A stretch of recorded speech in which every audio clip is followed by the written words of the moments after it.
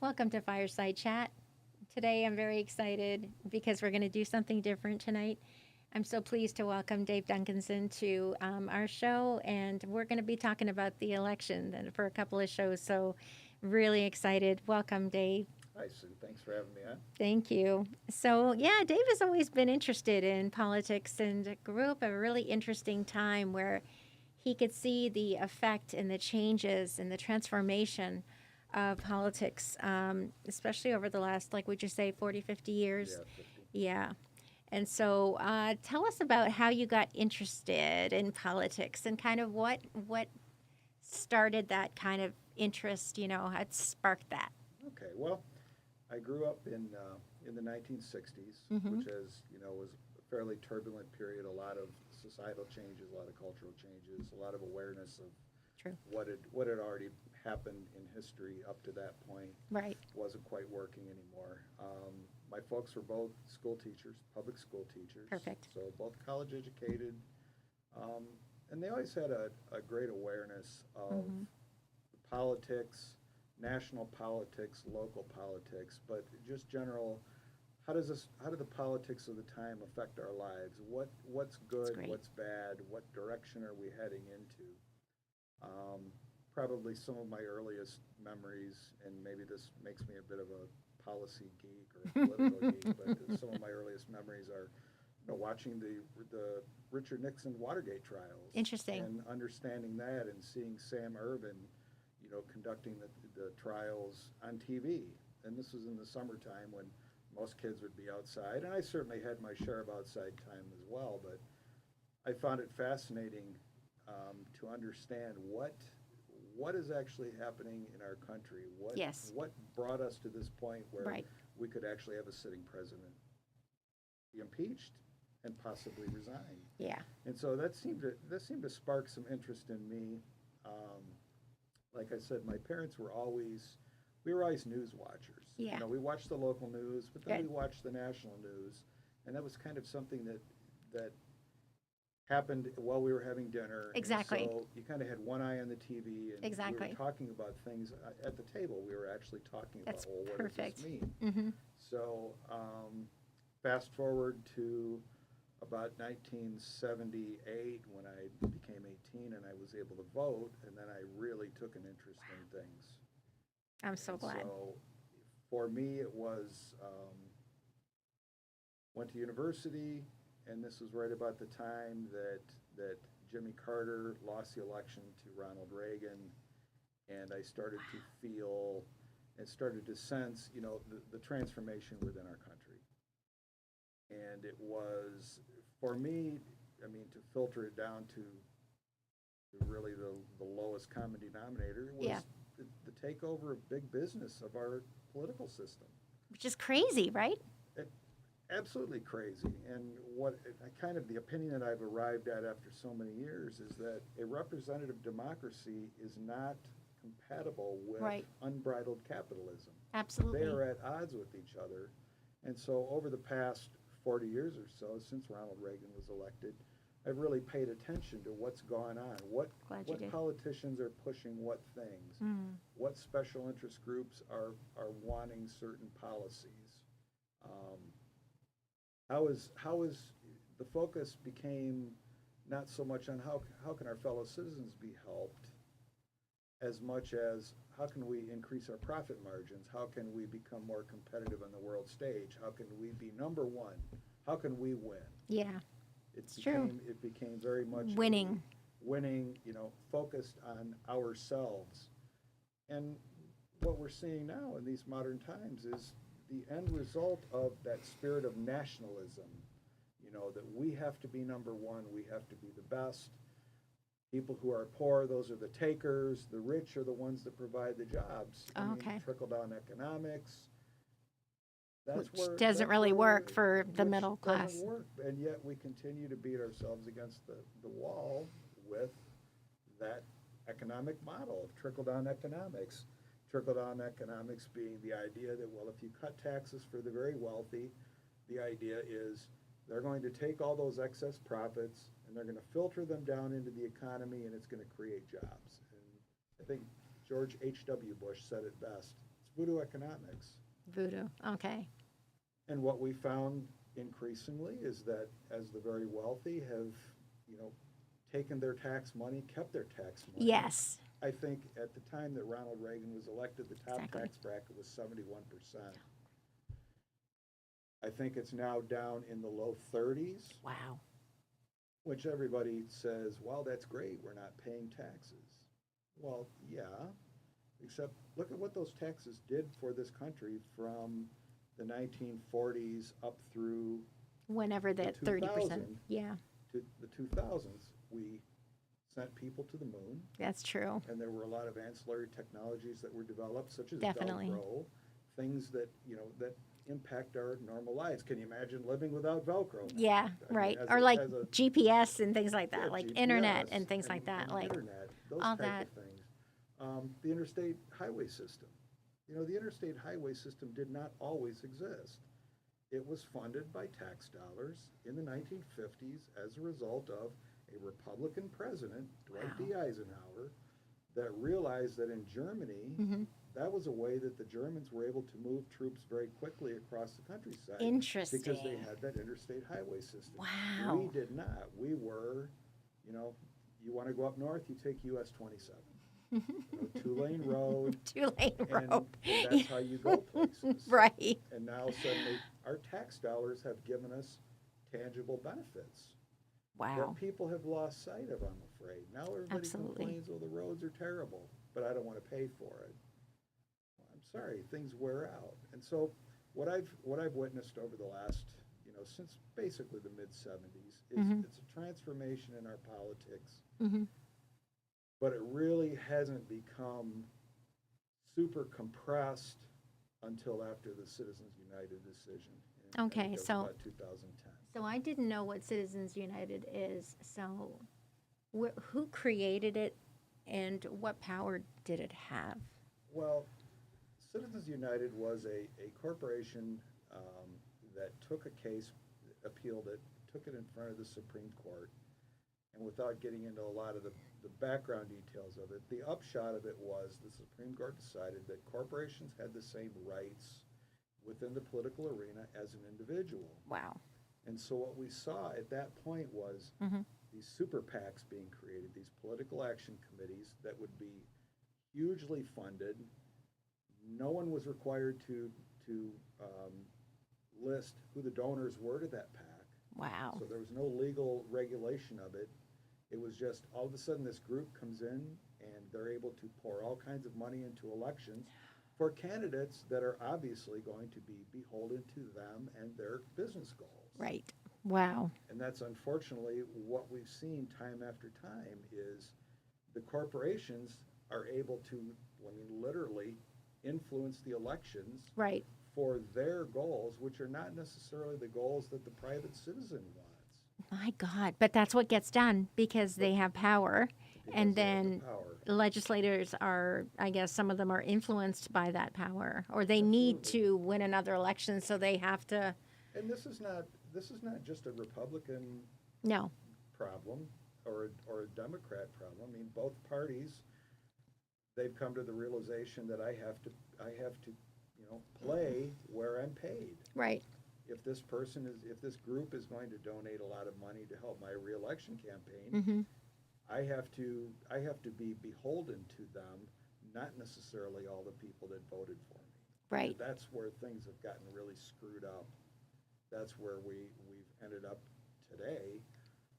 I mean, when I look at the agendas that are being put out by the GOP at this point, it's basically let's undo all environmental regulations, let's undo anything that holds back business, and let's just pretend that global climate change doesn't exist, and let's just roar on, and everybody will be rich at the top. But the rest of us, if we don't have like, like if there's a storm and there's no money to help people rebuild after a storm, because I mean that's on page 750 apparently. Yeah. Like, you know what I'm saying? Like it's definitely really important that we go over the highlights of it. I think that would be great, Dave, because it just seems like such an intimidating document, 900 pages. So I think Oh, you're talking about the Project Tony Project 2025, 2025. and then whether you want to focus on that or whether you want to focus on Project 47.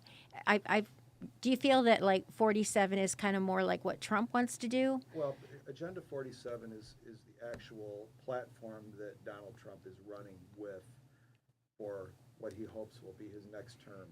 It is a derivative of Project 2025. That's a good Project description. 2025 was written and supported by the Heritage Foundation, which is a very right-wing think tank.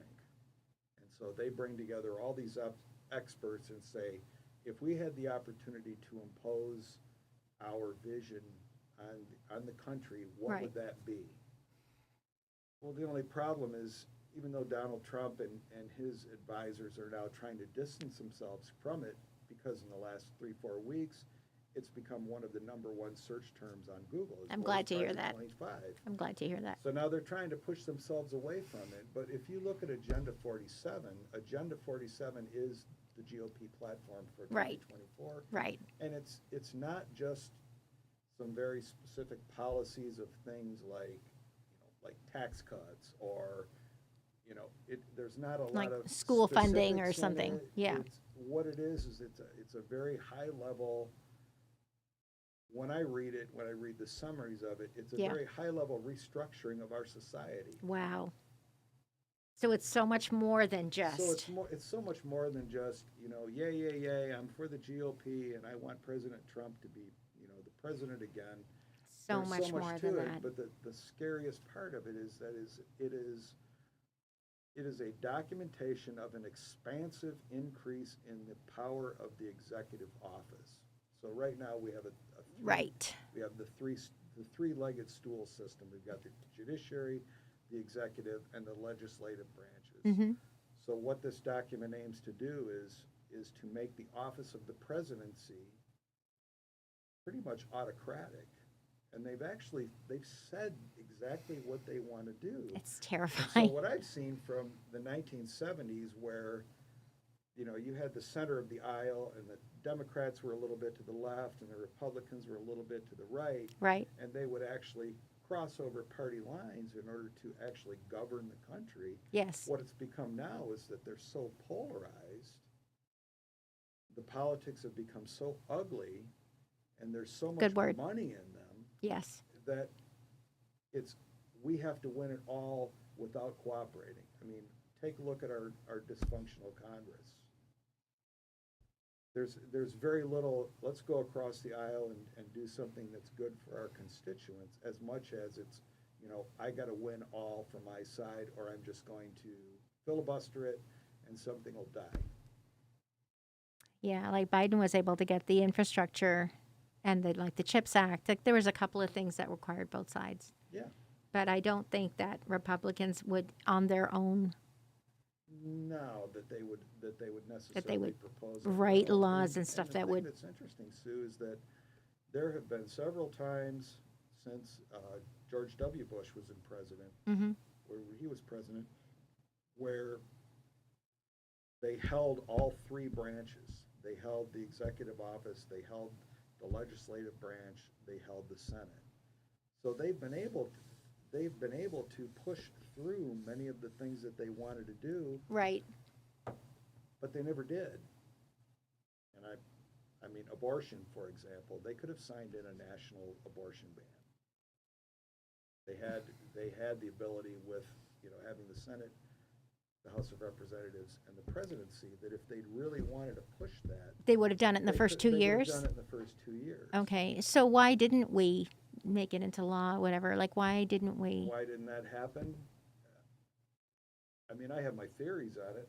Obviously, nothing's documented. My theory is it's a great fundraising tactic. Mm-hmm. Yay! You move the mic a little closer. sure. Great. Yeah. Yep. Thank you. So they would.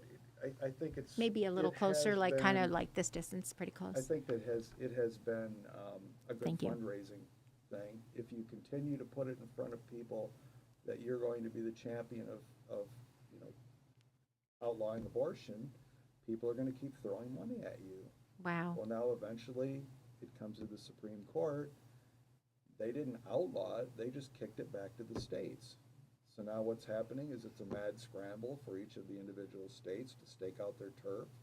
Some of them want to define life as, at 6 weeks. Right. Some of them say, 20 weeks, etc. I mean, Yeah. I've heard some outrageous things lately about, well, the Democrats want to allow you to have an abortion 4 weeks after birth. No, like that's such a lie. Like there's That's so called many murder. lies. Yeah, like Hello? that's so not true. It's ridiculous. Like I feel like they're just absolutely attacking with every imaginable thing that they could dream out. Like there are things that never happened. There are things that, definitely Democrats don't want to do. Like they're just like literally like, what else can we say? Because this is for all the marbles. So we have Right. to. Like And there's no logic, there's no reason, there's no basis, there's no, it's not based on any research or based on any, like, it's just like, like this Hannibal Lecter. Like, where is this coming like from? Hannibal Lecter's a real person.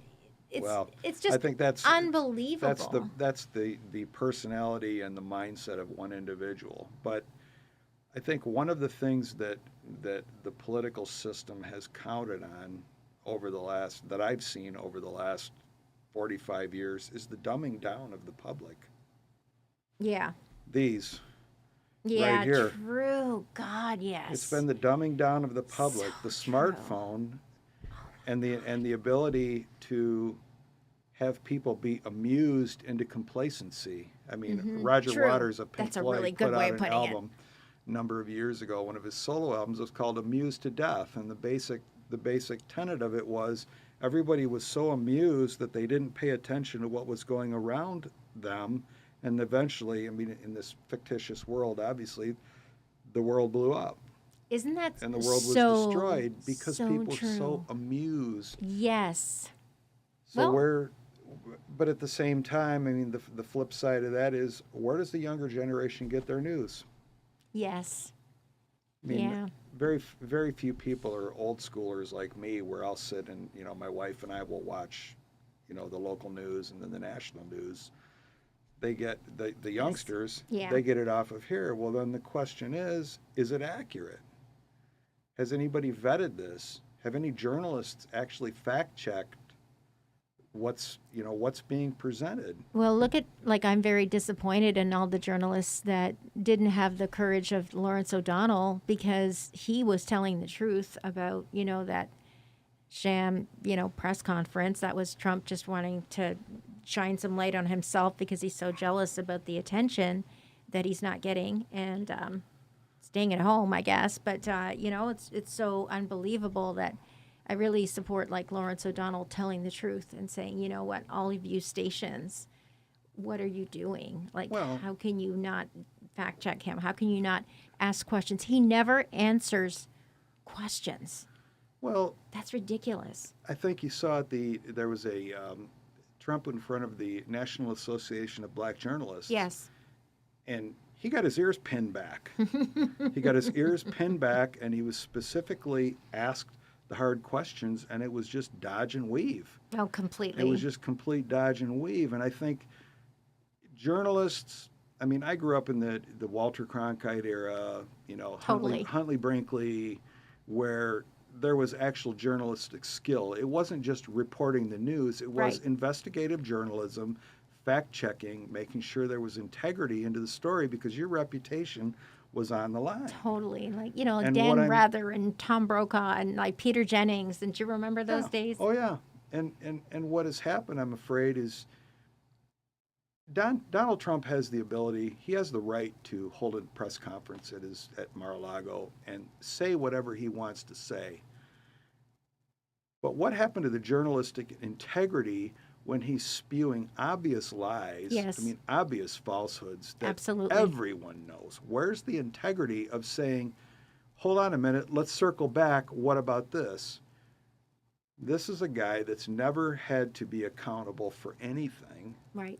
And so he just spews these lies, and because they go unchallenged, people just say, well, it must be the truth, because nobody's asking him about it. I mean, he said it must be true. And that's a very, very dangerous and slippery slope. Have you noticed that Harris, her people put out statements, like one page, like just really nice, clean, very like everyday language. And it's like a statement on something that he'd say, or a statement on like, and it's out the same day or the same hour Yeah, I have after noticed. something. I have And noticed that. so it's kind of like we need to kind of counter on all these different fronts.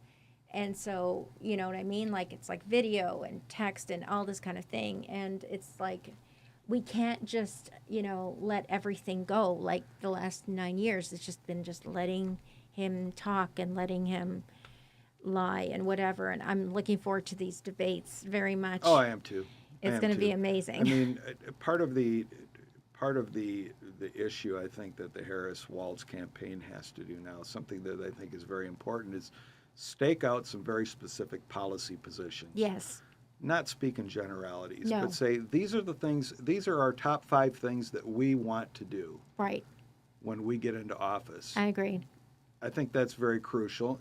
Oh. I'll give them a little bit of a pass at this point, because obviously it's only been 2 weeks, 2.5 weeks.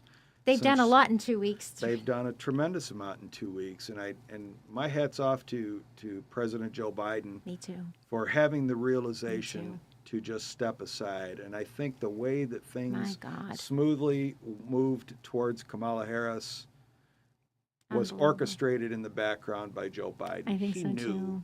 He knew that his time had passed. I mean, no one escapes time. No one escapes the ravages of time. Such I a think good he man. knew, and I think he set up things in such a way that is a very smooth transition. And I'll be honest with you, Sue, I feel energized. Me too. For the first Isn't it time, amazing? it's To be transformational, excited, to be feel excited, emotional, to feel feel inspired, to feel like I tear up a lot now because Yeah. I'm so overcome with, oh my God, they get it. well, they get it. it's a sense So of hope. nice. Yes. It's a sense of hope. We I didn't mean, have that before. Joe Biden was a great vice president for the 2 terms of Barack Yes. Obama. Mm-hmm. Considering the crap bag that he inherited when he took office in Good Lord. in 2020, Oh my God. I think he's managed to accomplish an amazing amount of actual bipartisan legislation. To your point, In one term. in one term, the Bipartisan Infrastructure Act.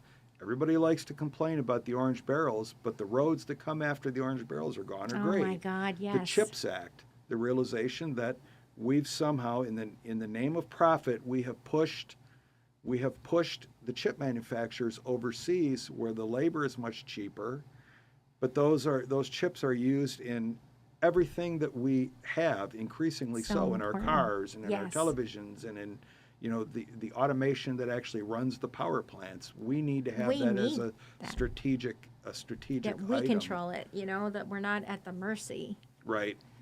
But So- it's amazing, like what has changed in 2 weeks, and to go from like a deficit position, with polling and things like that, to actually be tied or just Within beginning 2 to weeks. edge ahead. Yes, that's within insane. 2 weeks. That's Right. just huge. And I think there was a lot of pent up frustration. Definitely, definitely. I'm extremely excited because I think it's time for old white men to not always run the country. We have some Yeah. extraordinarily capable candidates of all different colors, all Yes. different genders. Totally. Let's bring them on. These are extraordinary times that Extraordinary. need new ideas other than, hey, we just have to make a profit for the next, quarter Yeah. to keep the shareholders There's so happy. much at stake, isn't there? Like our children and our children's children. It's this is for all the marbles, like. Well, it is. This for me, and it sounds kind of bombastic sometimes, but this election is where we decide whether or not the democracy experiment has survived or Yes. failed. Called America. Because the reality is, a representative democracy has not been the norm for most of the history of the human race. Wow. It's been monarchies, it's been autocracies, it's been fascist regimes, or variations of that. But a true representative democracy, everything's on the line with this election. It really It's not just Harris versus Trump. It's No. autocracy versus representative democracy. Democracy. Yeah. Exactly. And we get a say.